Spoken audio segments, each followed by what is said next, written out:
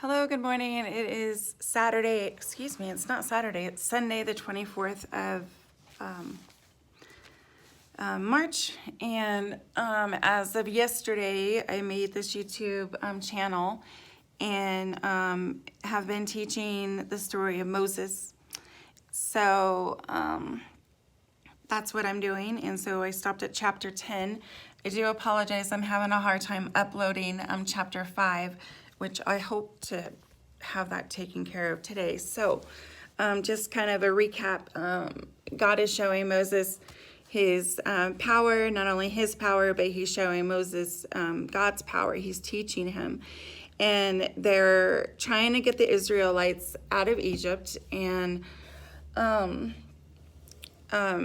Pharaoh, the king of Egypt, is not letting him. So in today's world, and how we apply this to our life is, first of all, we have to know God's power. We have to know that everything comes from him.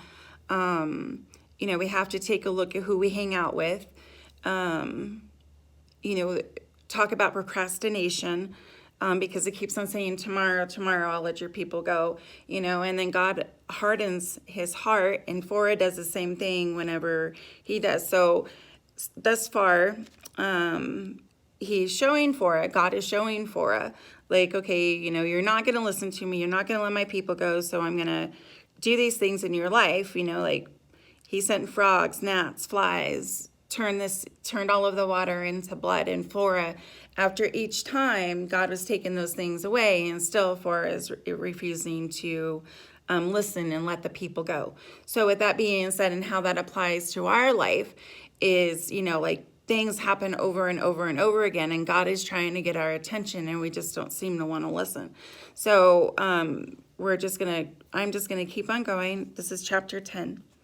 Then the Lord said to Moses, "Go into Pharaoh, for I have hardened his heart and the heart of his servants, that I may show these signs of mine among them, and that you may tell the hearing of your son and your grandson how I have dealt harshly with the Egyptians and what signs I have done among them, that you may know that I am the Lord." So Moses and Aaron went to Pharaoh and said to him, "Thus says the Lord, the God of the Hebrews, how long will you refuse to humble yourself before me? Let my people go, so that they may serve me. For if you refuse to let my people go, behold, tomorrow I will bring locusts into your country, and they shall cover the face of the land, so that no one can see the land, and they shall eat what is left to you after the hail, and they shall eat every tree of yours that grows in the field, and they shall fill your houses with the houses of all the servants and of all the Egyptians, as neither your fathers nor your grandfathers have seen from the day they come on earth to this day." Then he turned and went out from Pharaoh. Then Pharaoh's servant said to him, "How long shall this man be snare to us? Let the men go, that they may serve the Lord their God. Do you not yet understand that Egypt is ruined?" So Moses and Aaron were brought back to Pharaoh, and he said to them, "Go serve the Lord your God, but which ones are to go?" Moses says, "We will go with our young and our old. We will go with our sons and daughters and with our flocks and herds, for we must hold a feast to the Lord." But he said to them, "The Lord be with you if ever I let you or your little ones go. Look, you have some evil purpose in mind."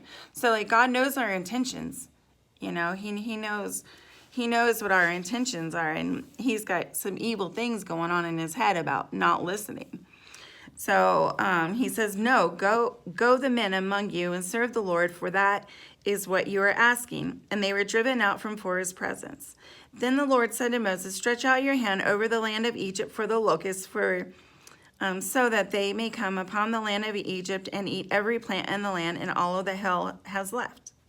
So Moses stretched out his staff over the land of Egypt, and the Lord brought an east wind upon the land in that day and all that night. When it was morning, the east wind had brought the locust. The locust came up over all the land of Egypt and settled on the whole country of Egypt, such as dense swarm of locusts had never been before, nor ever will be again. They covered the face of the whole land, so that the land was darkened, and they ate all the plants in the land, all the fruits of the trees, and the hail was left. Not a green thing remained, neither tree nor plant of the field through all of the land of Egypt. And, the things that God gives us a lot of things and he can take them away. So, if you find yourself in your life and things are just like, it's just one thing after another, take a look at what you're doing, how you're treating people. What are your intentions of the heart? Are you trying to get revenge on somebody? Are you drinking? Are you doing drugs? I mean, the list goes on and on and on. He's trying to get your attention. Then Pharaoh hastily called Moses and Aaron and said, I have sinned against the Lord your God and against you. So Pharaoh is now realizing this connection that Moses and Aaron have with God directly. And he's realizing that. And so he's only not saying that he sinned against God, but he sinned against the leaders, which is Moses and Aaron. He said, I have sinned against the Lord your God and against you. Now therefore forgive my sin, please, only this once, and plead with the Lord your God only to remove this death from me. So how many times have we done that? That's crazy, right?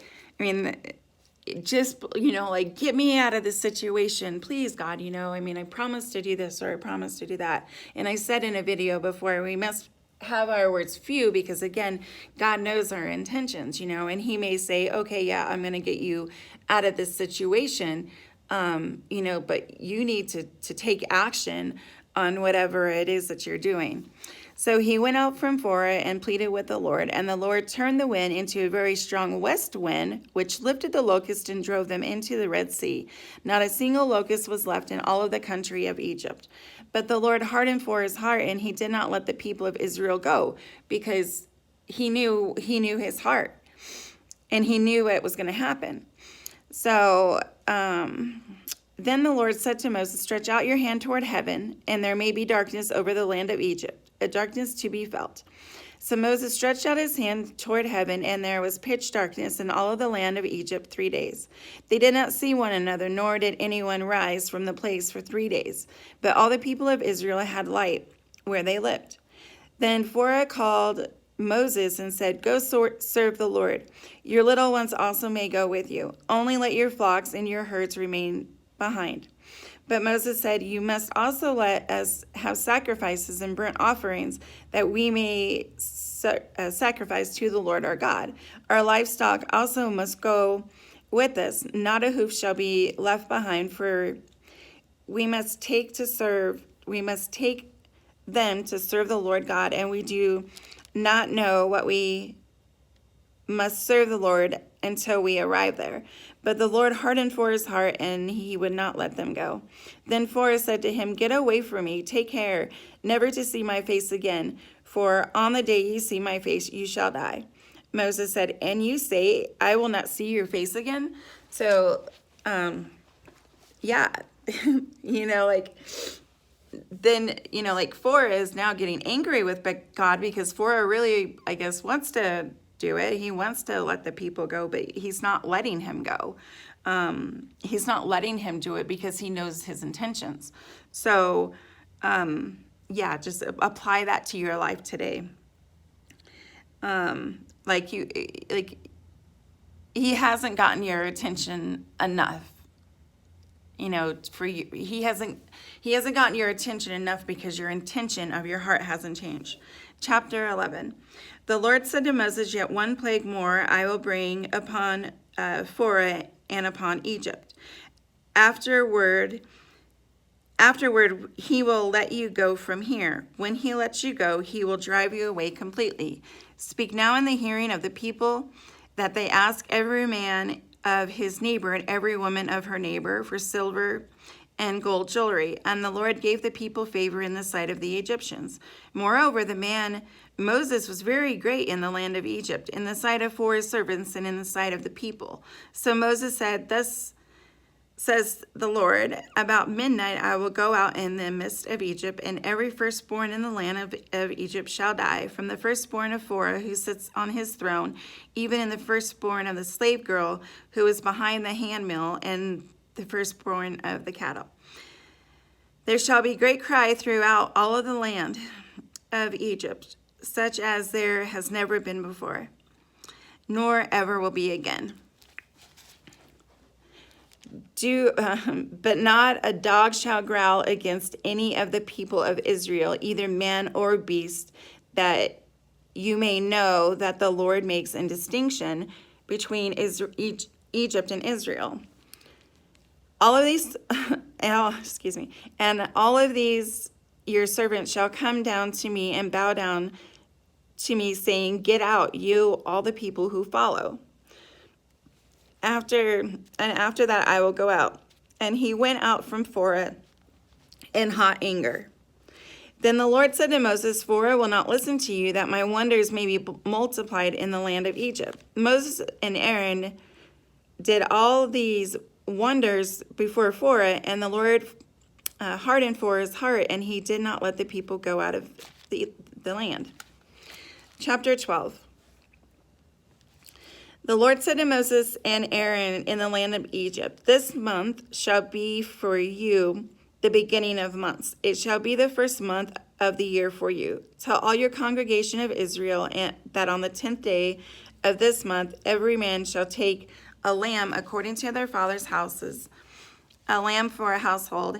And if the household is too small for a lamb, then he and his nearest neighbor shall take according to the number of persons, according to what each can eat. You shall make your count for the lamb. Your lamb shall be without blemish, a male a year old.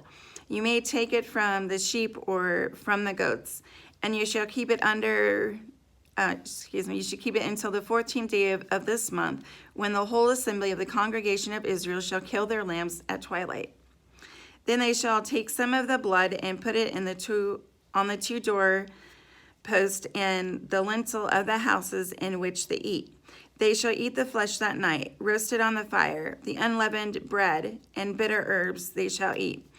Do not eat any of it raw or boiled in water, but roasted, its head and its legs and its inner parts. And you shall let none of it remain until morning. Anything that remains until the morning you shall burn. In this manner you shall eat it, with your belt fastened, your sandals on your feet, and your staff in your hand. And you shall eat it in haste. It is the Lord's Passover. For I will pass through the land of Egypt that night, and I will strike all the firstborn in the land of Egypt, both man and beast, and all of the gods of Egypt I will execute judgment. I am the Lord. Like, that's his power, and he can have power with us too if we make right decisions and we don't act like Pharaoh. But if we continue to act like Pharaoh, then, he's going to harden our heart, until we completely get it, until our intentions of our heart are real. So, let me see. I forgot where I was. I am the Lord. The blood shall be a sign for you in the houses where you are. And when I see the blood, I will pass over you, and no plague will befall you to destroy you when I strike the land of Egypt. This day shall be for you a memorial day, and you shall keep it as a feast to the Lord. Throughout your generations, as a statute forever, you shall keep it as a feast. 7 days you shall eat unleavened bread. On the first day you shall remove leaven out of your houses, for anyone eats what is leavened. From the first day until the 7th day that the person shall be cut off from Israel. On the first day you shall hold a holy assembly, and on the 7th day a holy assembly. No work shall be done on those days, but what everyone needs to eat, that alone may be prepared by you. And you shall observe the feast of unleavened bread, for on this very day I brought your host out of the land of Egypt. Therefore you shall observe this day throughout your generations and statutes forever. So we're leading up to the 10 Commandments, and we still have a few more chapters before we get there. But this goes down from generation to generation. This is where our curses go, because we're descendants of something or someone. So, in time, it trickles down to us just making our own decisions and doing what is right. wanting something different for our life. So therefore you shall observe this day throughout your generation as a statute forever. That's because God made the earth and the seas, and he made it in 6 days, and he rested on the seventh day. In the first month, for the 14th day of the month at evening, you shall eat unleavened bread until the 26th day of the month, and even for 7 days no leaven is to be found in your house. That's yeast. If anyone eats what is leavened, that person will be cut off from the congregation of Israel, whether he is a sojourner or a native of the land. You shall eat nothing leavened. In all of the dwelling places you shall eat unleavened bread. Then Moses called on the elders of Israel and said to them, go and select lambs for yourself according to your clans and kill the Passover lamb. Take a bunch of hyssop and dip it in the blood that is in the basin, and touch the lintel with the two doorposts with the blood that is in the basin. None of you shall go out of the door of the house until the morning. For the Lord will pass through to strike the Egyptians, and when he sees the blood on the lintel and on the two doorstops, the Lord will pass over the door and will not allow the destroyer to enter your house to strike you, your enemies. You shall observe the rite as a statute for you and for your sons forever.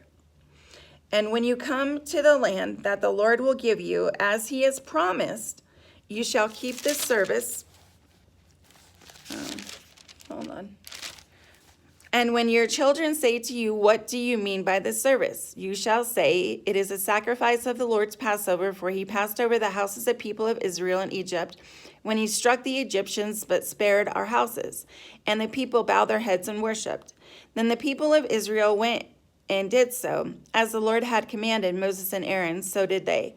At midnight, the Lord struck down all the firstborn in the land of Egypt, from the firstborn to Pharaoh, who sat on his throne, to the firstborn of the captive who was in the dungeon, and all the firstborn of the livestock. And Pharaoh rose up in the night, he and all his servants and all the Egyptians. And there was a great cry in Egypt, and there was not a house where someone was not dead.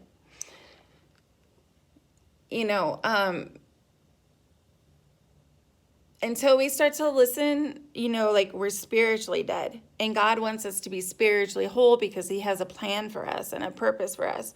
So the meaning of this reading and the teaching of Moses is that we understand that for when it comes back from generation to generation, for two, it makes you want to take a look and say, okay, well, wait a second, maybe I'm not listening to God. All of these things are happening to me. Maybe I should really start to think about it. Then he summoned Moses and Aaron by night and said, up, go out from among my people, both you and the people of Israel, and go serve the Lord as you have said. Make your flocks and your herds as you have said, and be gone. Also bless me also. The Egyptians were urgent with the people to send them out of the land in haste, for they said, we shall all be dead. So the people took their dough before it was leavened, their kneading bowls being bound in their cloaks on their shoulders.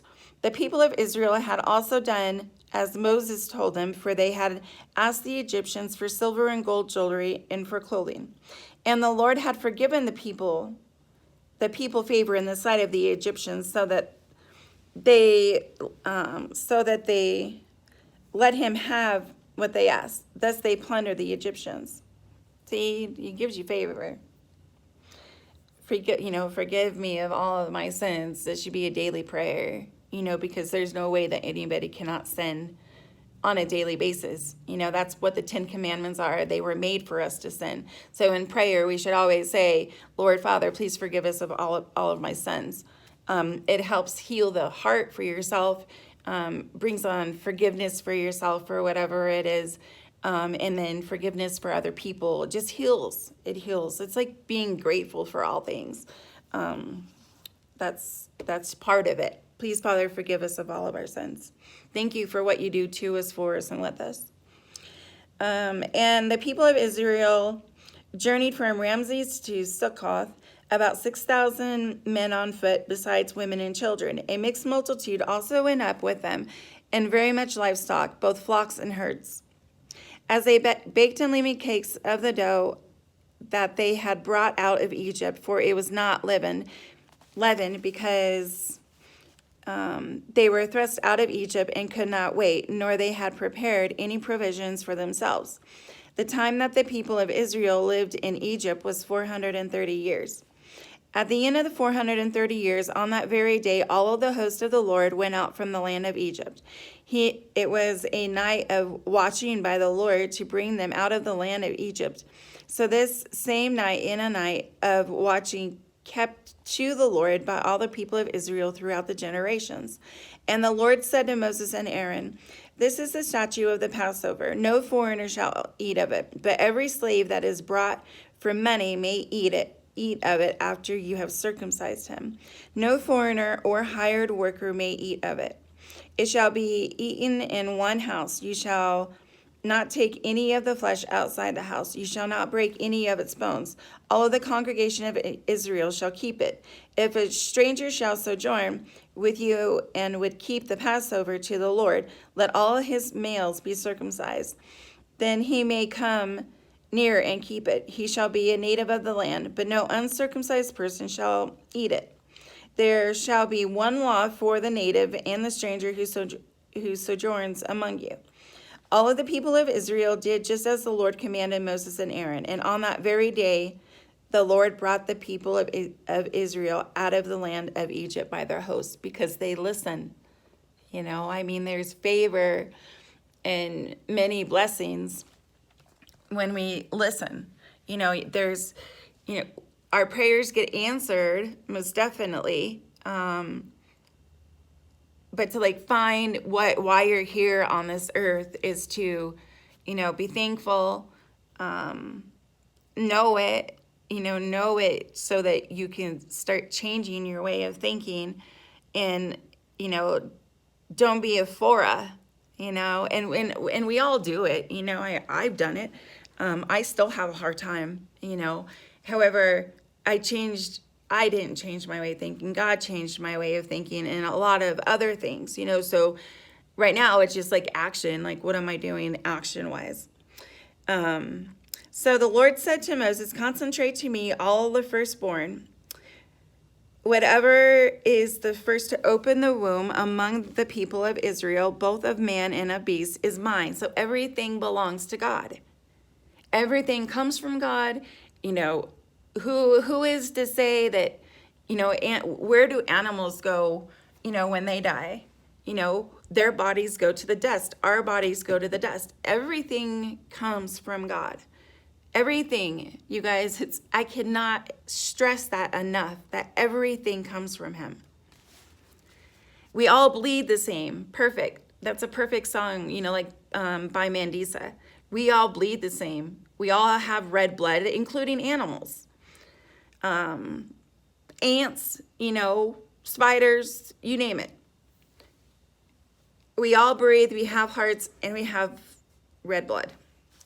Then Moses said to the people, "Remember this day in which you came out of Egypt, out of the house of slavery, for by a strong hand the Lord brought you out from this place. No leavened bread shall be eaten."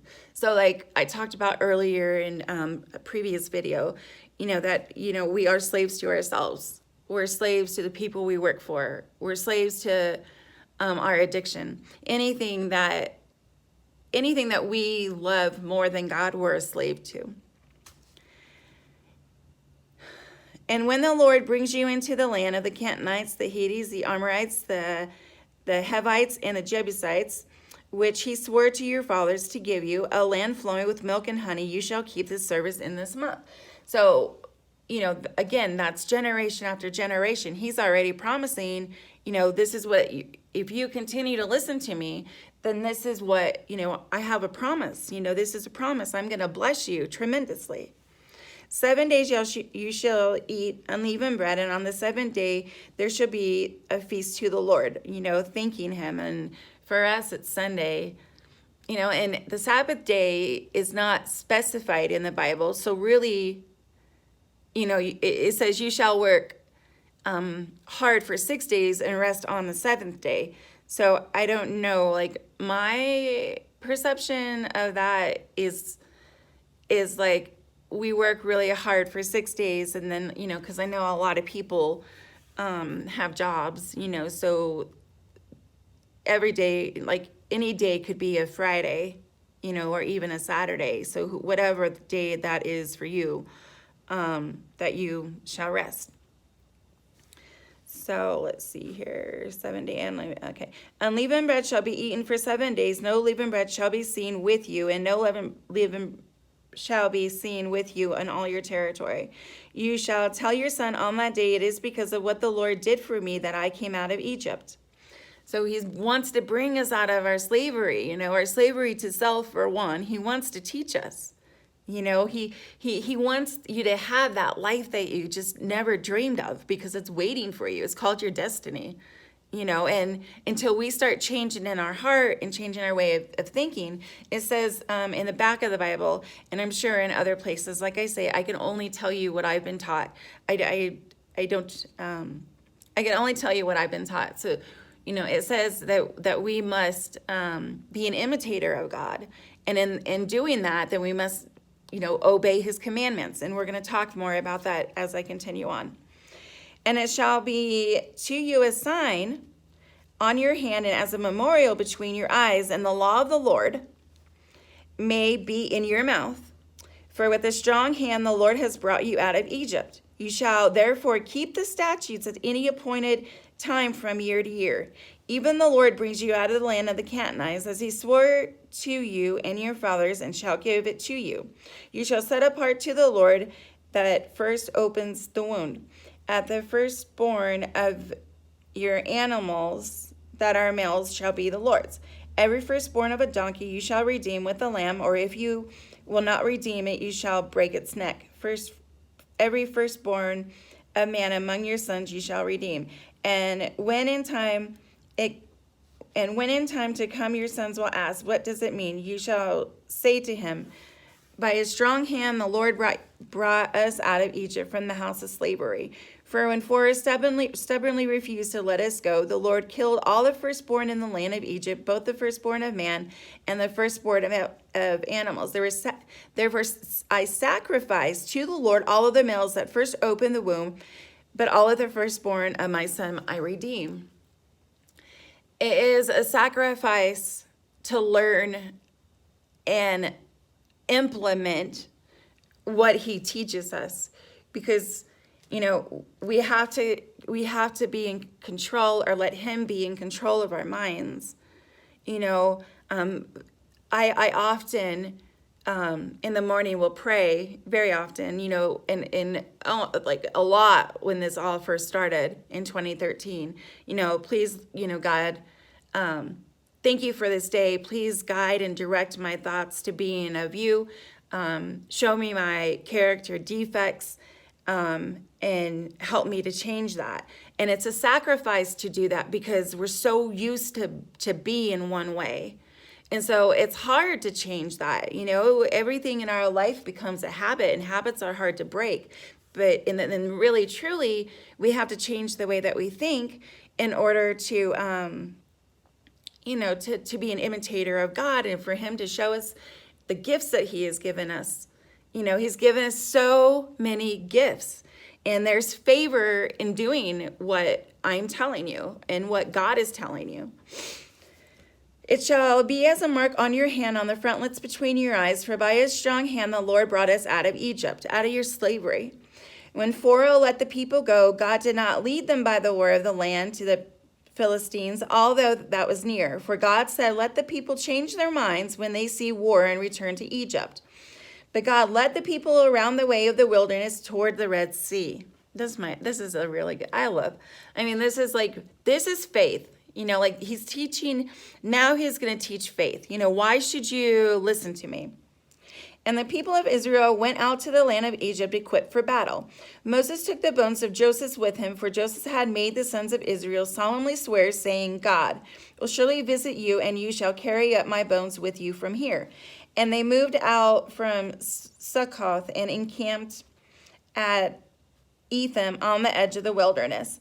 And the Lord went before them by a pillar of cloud to lead them along the way, and by night in the pillar of fire to give them light, and they might travel by day and by night. So God always provides. Like, he knows what we're going through, and he always provides no matter what. The pillar of the cloud by day and the pillar of the fire by night did not depart from the people. So he's not taking them to the wilderness yet. You know, he's taking them over to the Red Sea.